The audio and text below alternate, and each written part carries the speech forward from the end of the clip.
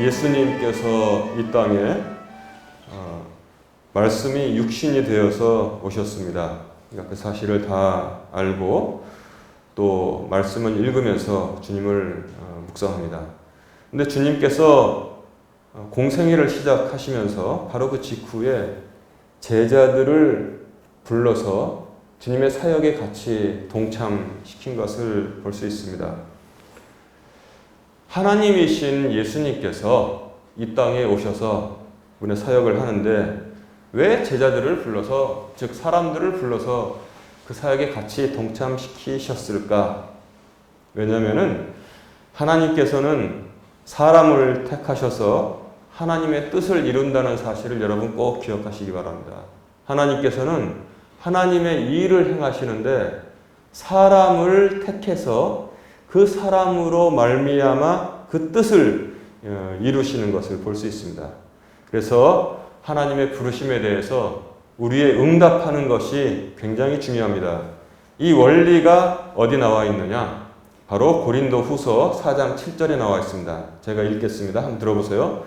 그러나 우리가 이 보배를 질그릇 안에 가지고 있나니 이것은 뛰어난 권능이 하나님에게서 나며 우리에게서 나지 아니하게 하려 함이라 그랬습니다. 우리는 질그릇이 뭔지 아시죠?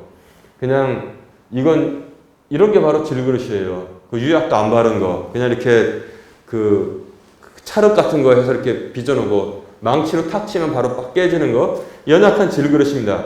질그릇 안에 무엇을 가지고 있냐면 하나님의 뛰어난 권능을 우리가 담고 있다는 것입니다. 우리 연약한 질그릇에. 그래서 하나님의 뜻은 뭐냐면 우리가 하나님의 일을 하되 사람이 하는 것처럼 사람이 높아지고 교만해지는 것이 아니라 하나님의 권능이 우리 안으로부터 드러나게 하기 위해서 하나님께서는 그런 원리를 택하셨습니다. 그래서 우리에게 기회를 주신 것입니다. 얼마나 감사합니까? 예수님께서 이 땅에 오셔서 제자들을 부르신 것은 이로써 이 땅에 계속 예수님의 제자들이 계속 존재해 나가도록 하신 것이고 우리의 나갈 바 그 방향을 또한 알려주시고 또한 할 일을 주신다는 사실을 알 수 있습니다. 오늘 본문 누가복음 5장 1절에서 11절도 예수님께서 어부들을 제자로 부르신 사건을 그대로 기록하고 있습니다. 어떤 내용이 있습니까?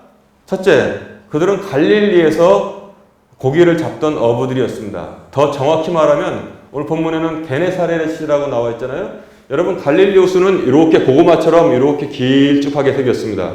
거기서 제일 북쪽, 이렇게 갈릴리 호수가 이렇게 있으면 이 제일 북쪽에 있는 지역이 바로 게네사렛입니다. 거기서 베드로와 그 형제들이 고기를 잡고 있었습니다. 근데 이 사람들이 어떤 일이 있었는가? 평소에는 고기를 잘 잡았을 것이라고 생각합니다. 그러니까 생계를 계속 유지하고 있었겠죠. 그런데 하필 그 전날 밤새 고기를 잡았는데 그물을 던졌는데 정확히 허탕을 쳤습니다. 어떻게 한 마리도 고기를 못 잡는 일이 있었습니다.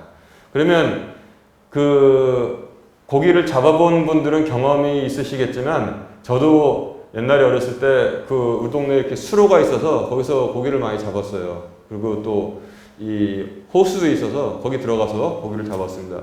제가 주로 하는 거는 이제 대나무 이렇게 두 개가 있어서 거기에 이렇게 그물이 있는 건데 그 그물을 몰고 갑니다. 그래서 수초인 데 가서 이 친구는 거기서 이제 발로 탁탁 해서 이제 흙탕물을 일으키고 한 다음에 딱 들어보면은 어떤 때는 미꾸라지, 뭐 붕어 파닥파닥 거의 몇 마리가 이렇게 나온단 말이에요. 그러면 이제 그걸 골라서 이제 그 통에다 집어넣고 꼭 보면은 이 수초가 같이 들어와요. 그러면 이제 그물을 이렇게 뒤집어가지고 탁탁 털면 이제 고개 밑으로 다 빠져나갑니다.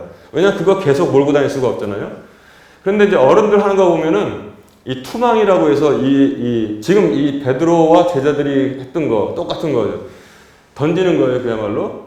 이게 쫙 던져가지고 그러면 나비 그 사방에 달려 있어서 쫙 물에 떨어집니다. 그럼 좀 있으면 쭉 밑으로 가라앉잖아요. 그럼 가라앉게 한 다음에 나중에 천천히 이렇게 쭉쭉 하면서 이렇게 쭉 당기면은 나중에 이렇게 쭉 보면 그 안에 고기들이 들어있고 그 다음에 없으면은 과연 또 수초만 잔뜩 올라옵니다. 그러면 쭉 꺼내서 다시 수초들을 다 깨끗하게 떼어내고 씻어서 다시 또 그물을 던집니다. 근데 밤새도록 그들이 그렇게 했는데 고기를 한 마리도 못 잡았어요. 그래서 그 그물을 올려놓고 배 대놓고 기운이 얼마나 빠지겠습니까? 여러분, 세상에 제일 재밌는 것 중에 하나가 저는 잘 되는 사업을 관리하는 거라고 생각합니다. 사업이 잘 되는 사람들은 잠자는 시간이 아까워요. 잠자는 시간이.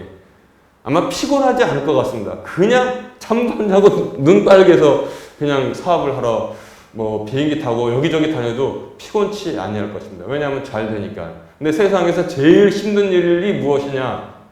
안 되는 사업 붙잡고 있는 거. 그게 얼마나 힘들겠어요.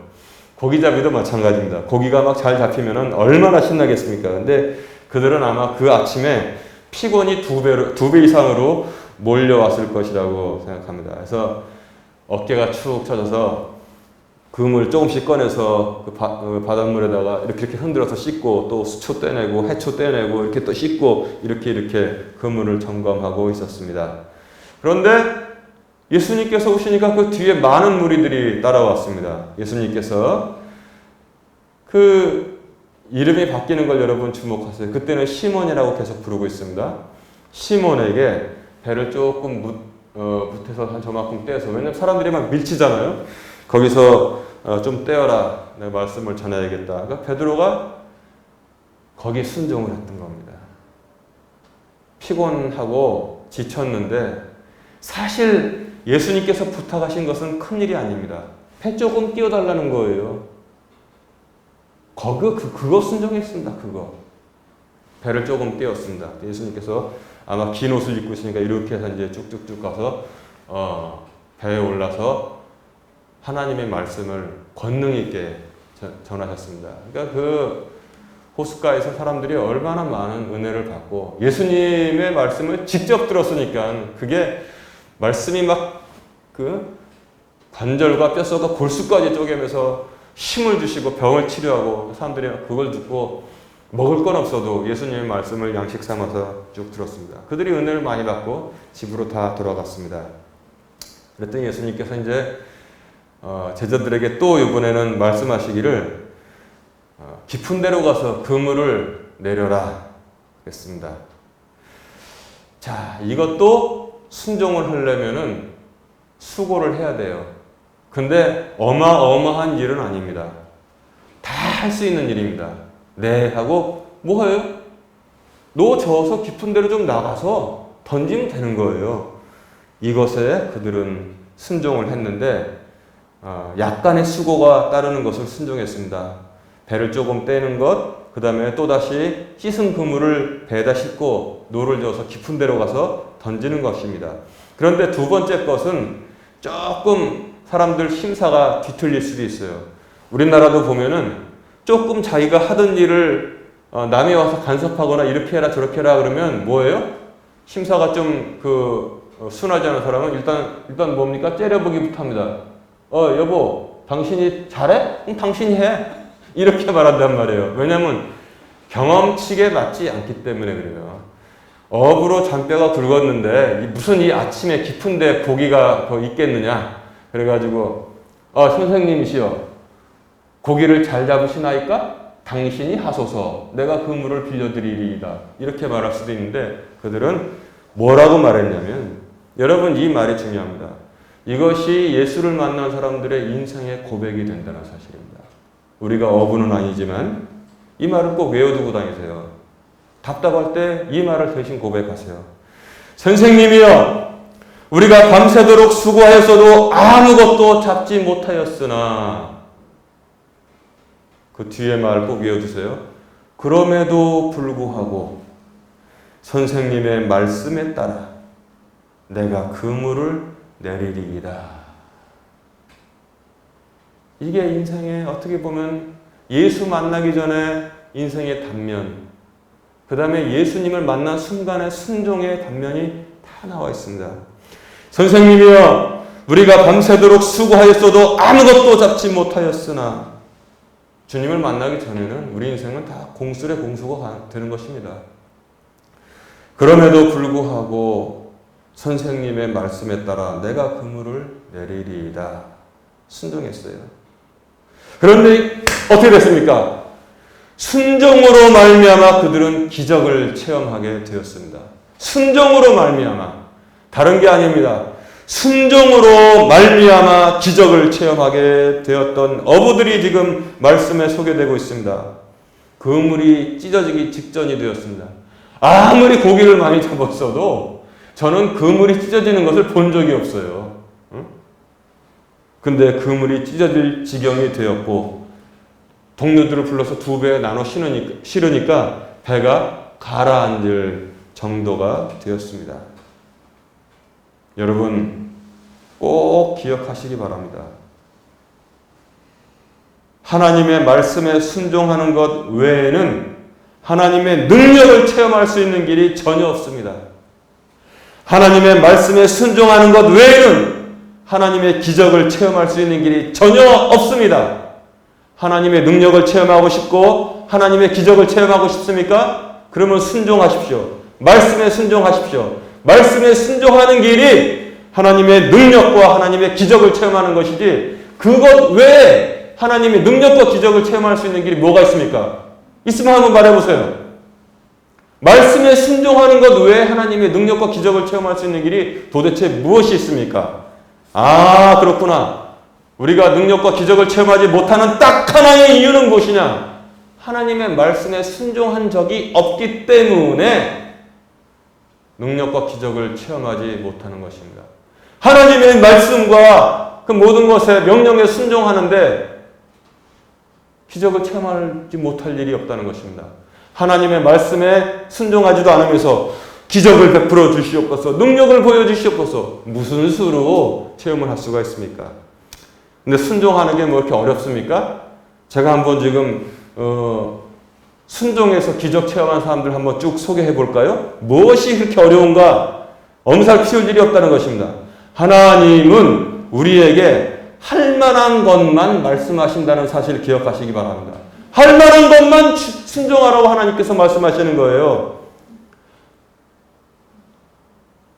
엘리사를 통해서 하나님께서 문둥병 걸려서 먼 길을 찾아온 나만 장군에게 내가 문둥병을 낫기를 원하면 저 요단강 물을 다 마셔라 그랬습니까?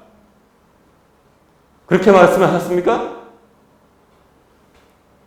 그리고 아들과 죽을 과부를, 즉 빵 하나 만들어 먹고 죽을 과부에게 그가 찾아가서 뭐라고 그랬습니까? 잔치상을 준비하라고 그랬습니까? 먼저 나를 위해서 빵 하나 만들어 와라. 그 다음에 너희들이 먹어라. 그게 그렇게 순종하기가 힘듭니까? 나만에게 저 요단강물 다 마시면은 내가 병이 나을 것이다. 그렇게 명령하시지 않으셨잖아요. 7번 가서 씻으라고 그랬습니다. 7번. 그게 뭐가 그렇게 어렵냐 말이에요. 그리고 가나에 흥이 떨어진 혼인집에 가서 특제 포도주를 빨리 나가서 구해와라. 이렇게 명령하셨습니까? 그냥 물을 저 항아리에다가 부어라. 그 다음에 그것을 떠서 연회장에게 갖다 주어라. 그렇게 말씀하셨습니다. 그게 그렇게 어렵습니까? 응? 그리고 이 각 사건의 바른 내용 다 아시잖아요. 하나님은 우리에게 할 만한 것, 쉬운 거를 순종하라고 말씀하시는 것이지, 응? 겨울에 나가서 산딸기 구해와라. 그렇게 말씀하시지는 않습니다. 그런데 그걸 순종하지 못하니까 문제가 되는 거죠. 베드로에게 배를 조금 떼어라. 그 다음에 말씀 다 마치신 후에 깊은 데로 가서 그물을 던져라. 그게 그렇게 어렵습니까? 핑계거리가 그렇게 많을 수가 있을까요, 사람들이? 그렇지 않습니다. 이 작은 순종들이 불러온 결과는 그러나 어땠습니까? 어마어마한 것을 불러온 것을 여러분 성경 통해서 다 알 수 있어요. 나만 장군이 맨 처음에는 마음에 안 들어서 화를 내다가 여기까지 왔는데 순종하세요. 그 종을 잘 뒀어요. 그랬더니 그래? 까짓 거 믿자야 건전이지. 7번 들어갔다 나왔더니 6번까지는 그대로 문둥병이 있었습니다. 7번 들어갔다 나왔더니 깨끗하게 마치 어린아이의 피부와 같이 여상하게 되었더라. 별것 아닌 순종의 놀라운 결과. 이제 뭐 밀가루 요만큼 있고 기름 요만큼 있으니까 그거 반죽해서 빵 하나 구워 먹고 아들이랑 반씩 나눠 먹고 죽어야겠다.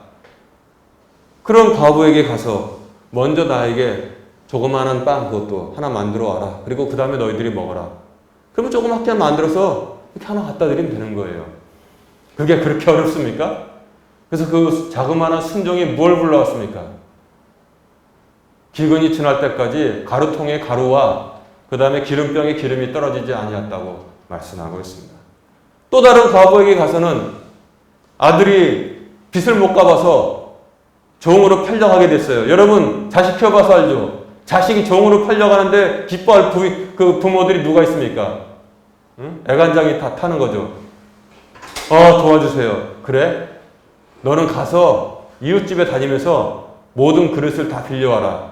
그릇을 다 빌려왔습니다. 그 다음에 기름을 부으니까 기름이 계속 나왔어요. 빌려온 그릇에 꽉 차니까 기름이 딱 그쳤습니다. 이웃집에 가서 기름통 빌려오는 게 그렇게 힘듭니까? 그 순종하는 게? 사람들이 핑계가 너무 많아요.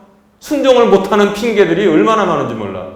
하나님은 조그만한 것을 순종하라고 말씀하시는 것 여러분 믿으시기 바랍니다. 뭐 대단한 거 요단강물 다 마시라고 했습니까? 저 태산을 깎아서 유다산을 깎아서 바다에다 던지라고 했습니까? 조그만한 것 순종할 때 큰 기적이라는 것을 믿으시기 바랍니다.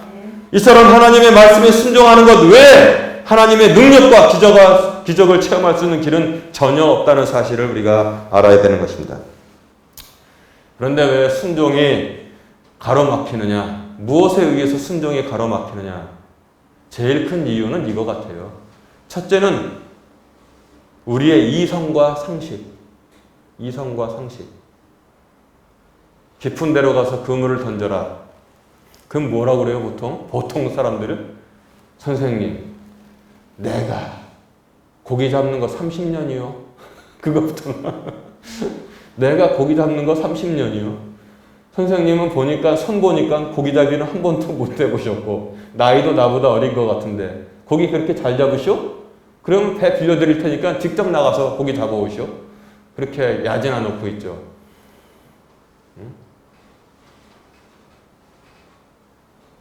먼저 나에게 작은 빵을 하나 만들어 오고 그 다음에 너희들이 먹어라. 당신 어디서 왔어? 이 양반이 양심이라고는 전혀 없네. 빵 하나 만들어가지고 내 아들이랑 먹고 죽는다니까요. 또 물을 채워라 하고까지 채웠어요. 떠서 연회장에 갖다 주어라. 이거 손 씻는 물인데요. 나 잘리게 할 일 있어? 순종을 못하는 거예요. 우리의 이성으로는 말이 안 돼, 이게. 그러니까 안 된다는 것입니다. 또 하나는 뭐냐면 주변 사람들의 이목, 세간의 이목 때문에 순종을 하지 못합니다. 전국이 지금 이 우한 폐렴 바이러스 때문에 고통을 당하는데 여러분 조심하세요. 제가 제자 훈련을 계속하는 이유가 있는데 여러분 그거 못 보면 안 됩니다.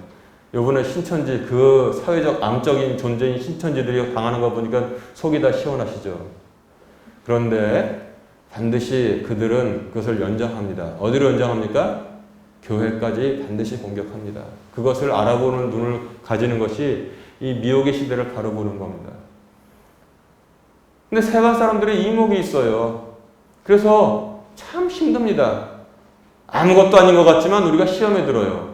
그런데 제가 신문기사를 읽으니까 나도 우리 교회도 제가 지난주에 혼자 나와서 여기서 녹음을 했지만 영락교회 기사가 나오는데 영락교회는 예배를 안 쉰답니다. 어떤 일이 있어도.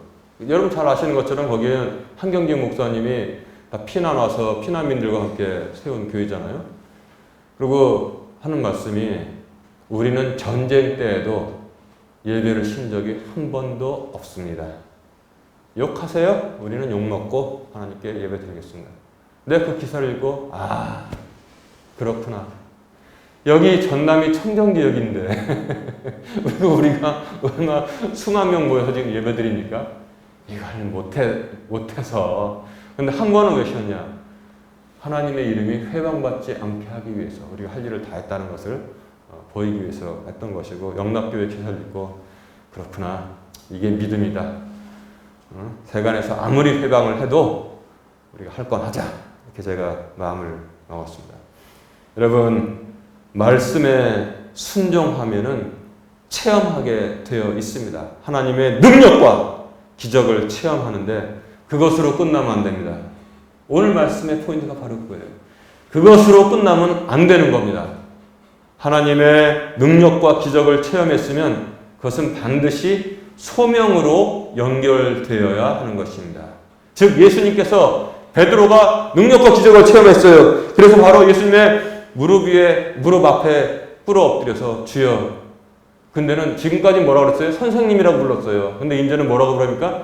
주여, 주님이라고 부릅니다. 그리고 베드로도 지금까지는 시몬이라고 불렀는데 이제는 뭐예요? 시몬 베드로 이름이 바뀌고 있는 것을 볼 수 있어요. 소명을 받으니까 이름이 바뀌고 있습니다. 주여, 나를 떠나소서, 나는 죄인이로소이다. 그랬더니 주님께서 소명을 주십니다. 나를 따르라. 내가 너로 하여금 사람 낚는 어부가 되게 하겠다. 그렇게 말씀을 해 주셨습니다. 베드로가 소명을 못 받았으면은 어디 기록이 돼요? 기록이. 베드로는 지금 전 인류가 다 아는 사람이 되었습니다. 그의 이름을 딴 남자 이름이 얼마나 많은지 몰라요. 서양 사람들 애들이나 어른들이나 이름 중에서 피터라는 이름 있잖아요. 피터가 바로 베드로예요. 그래서 우리가 말씀에 순종하는 것은 체험을 우리에게 선물한다. 그리고 거기서 끝나면 안 됩니다. 체험은 반드시 소명으로 연장되어야만 한다. 주님께서도 기적을 베풀어 주신 다음에 나를 따르라. 이제부터 내가 너로 하여금 사람 낚는 어부가 되게 하겠다. 그래서 소명을 주신 것을 볼 수 있어요. 근데 우리는 자꾸 사람들이 어리석기 때문에 그래요. 어리석기 때문에. 소명 없는 믿음을 가지려고 합니다. 100명이 있으면은 100명 전부 다, 그 중에 한두 명 빼고 100명의 한 90명은 소명 없는 믿음을 내가 평생 간직하고 살아야겠다. 이런 바보 생각을 하는 거예요. 왜? 소명 없는 믿음이 가장 경제적인 믿음이지. 이렇게 생각하고 있기 때문에 그렇습니다. 여러분, 소명 없는 믿음을 가지고 싶습니까? 나는 그런 사람들 많아요. 교회도 잘못한 거지만 그 사람들이 잘못 생각하는 거예요. 그래서 당신 일꾼으로 세워야 되겠어. 좀 일 좀 같이 합시다. 직분을 받아 주겠습니다. 같이 우리가 교회를 억압합시다. 그러면 목사님 나는 못합니다. 그게 속마음 다 열어보면은 그러면 11조 생활도 해야 되고 교회가 뭐 한다 그러면 앞장서야 되고 이건 아니다 싶어요. 그러니까 소명 없는 믿음을 내가 갖겠나이다. 가장 경제적인 믿음. 여러분 그거 마귀의 속임수라는 사실을 잊지 마시기 바랍니다. 그런 사람 봤어요. 장로를 계속 미뤘대. 안 받는다고. 왜냐? 장로 되면은 교회 일에 앞장서야 되니까. 그런데 그런 사람들 믿음은 전부 다 헛것이라는 사실을 우리가 알아야 합니다. 소명 없는 믿음은 가장 경제적인 믿음이 아니라 실제로는 소명을 외면하는 믿음입니다. 그것은 그 사람에게 가장 큰 피해를 주는 믿음이라는 사실 여러분 꼭 기억하시기 바랍니다. 가장 큰 피해를 줍니다. 다시는 기회를 얻을 수가 없습니다. 소명 없이 그냥 예수 믿는 것만으로 천당 가면 되겠지 했는데 거기선 영원히 사는 곳이에요.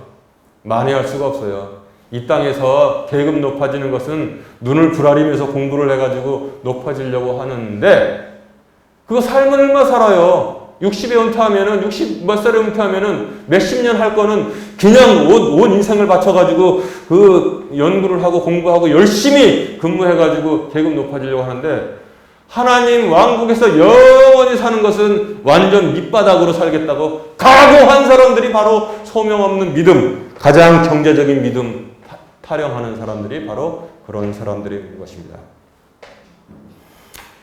또한 우리를 위대하게 만들어주는 것이 무엇인지를 모르는 사람들이 바로 그런 사람들입니다. 사람을 위대하게 만들어주는 것이 무엇이냐? 지혜가 사람을 위대하게 만들어줍니까? 절대 그렇지 않습니다. 여러분, 똑똑한 사람들 기억해 주는 거 있어요? 아주 유명한 과학자들이나 그냥 학교 다닐 때 그 이론 배우느라고 누가 이거 발견한 것이다. 누구의 원리다. 그런 거 하지만 그 사람들 기념합니까? 지혜가 사람을 위대하게 해주지 못합니다. 재능이 있으면 얼마나 있습니까? 재능이 사람을 위대하게 만들어주지 못합니다. 또한 말도 안 되는 어처구니 영성이 사람을 위대하게 만들어줍니까? 영성이? 그런 것은 애당초 존재하지도 않습니다. 오직 무엇이 사람을 위대하게 만들어주느냐? 소명만이 우리를 위대하게 만들어줍니다. 소명이. 베드로가 소명을 받았기 때문에 예수님의 수제자가 된 것이지, 베드로가 소명을 받지 못했으면 어떻게 그가 위대한 일을 행할 수가 있었겠습니까? 지혜도 아니고 재능도 아니고 영성도 아닌 것입니다. 오로지 소명만이 우리를 위대하게 만들어주는 것입니다.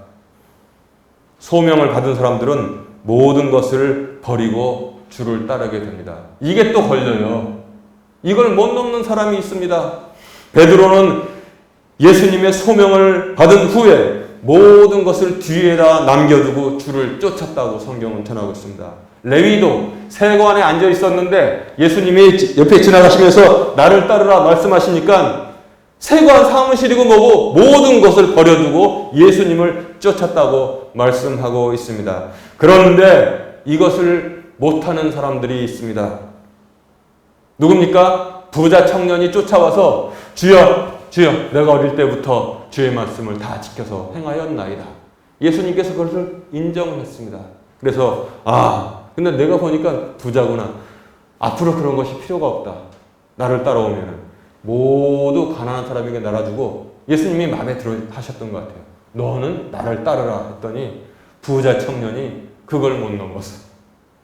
돈 안 드는 선행, 인사 잘하고 길 가다가 엎어져서 우는 아기 일으켜주고 먼지 털어주고 그 다음에 도와주고 길 가르쳐주고 할머니 짐도 들여줄까요? 돈 안 드는 것은 다 했는데 주여 돈 드는 것은 내가 못하겠나이다. 내가 할 수 있는 것은 여기까지만입니다. 재산이 많음으로 말미암아 근심하면서 집으로 돌아갔다고 성경은 전하고 있습니다. 여러분, 모든 것을 버리고 주를 따르라는 것은, 이 시대에 살고 있는 우리에게 말씀하시는 것은, 만약에 하나님께서 직접 그렇게 쓰시겠다고 하면 순종해야 하지만 그 이전에 무엇을 우리에게 알려주고 있냐면, 우리의 가지고 있는 가치관이 완전하게 소명을 받은 후에는 전도가 되었다. 뒤집어졌다는 것이 바로 전도라는 것입니다. 우리의 가치관이 완전히 180도 뒤집어졌을 때 그 사람이 소명받은 사람이 된 것입니다. 근데 믿어도 가치관이 바뀌지 않는 사람들이 얼마나 많습니까? 100이면 99는 다 믿어도 가치관이 바뀌지 않아요. 이 세상에 썩어질 것이 최고고 그 다음에 영원한 것 뒤에 그거는 구원만 다 받으면 된다. 그 이상은 나는 안 하는 게 좋겠다.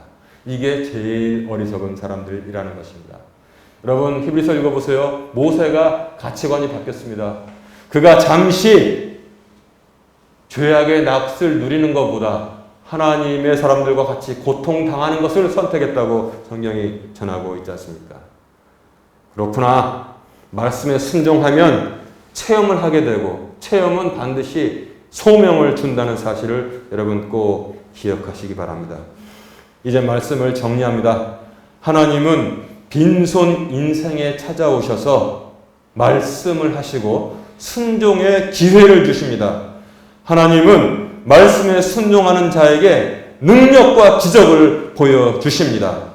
그리고 사람은 그것을 체험하게 되고 이 체험은 사람을 변화시켜 주십니다. 그리고 또한 변화된 사람에게 하나님께서는 소명을 주시는 것입니다.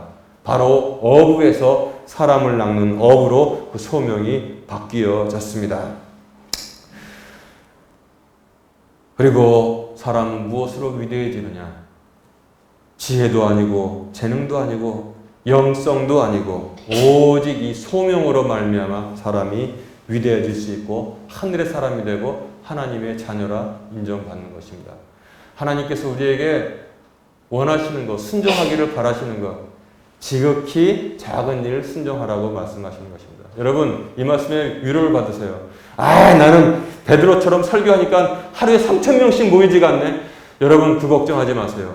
배를 조금 떼어라. 그거 부탁하셨습니다. 깊은 데로 가서 금을 내려라. 그거 부탁하신 것입니다. 그거에 순종했습니다. 우리가 교회 와서 조금 이렇게 헌신하고 봉사하는 것, 그런 것을 하나님께서 귀하게 보신다는 사실을 여러분 기억해야 돼요. 환난 당한 사람 같이 돌아보고 등 두들겨주고 그 다음에 힘내라고 밖에 나와서 밥 한 끼 사주는 거 있잖아요. 그런 거를 하나님께서 귀하게 보시고 그 정도를 우리에게 원하신다는 것입니다. 그 정도를. 하나님이 우리에게 나오만에게 요단강물 다 마시라고 하시지 않으신 것처럼, 저 유다산을 다 깎아서 바다에 던지라고 말씀하시지 않는 것처럼 우리가 할 수 있는 일, 우리가 할 수 있는 순종, 그런 것을 우리가 순종할 때 하나님께서는 기적을 베풀어 주십니다. 우리가 그 믿음 가지고 나갈 때 하나님께서 소명을 주시고 소명이 우리의 삶을 위대한 사람으로 만들어줄 줄로 믿습니다. 이 말씀으로 말미암아 새롭게 되는 우리 모두가 되기를 주님의 이름으로 축원합니다.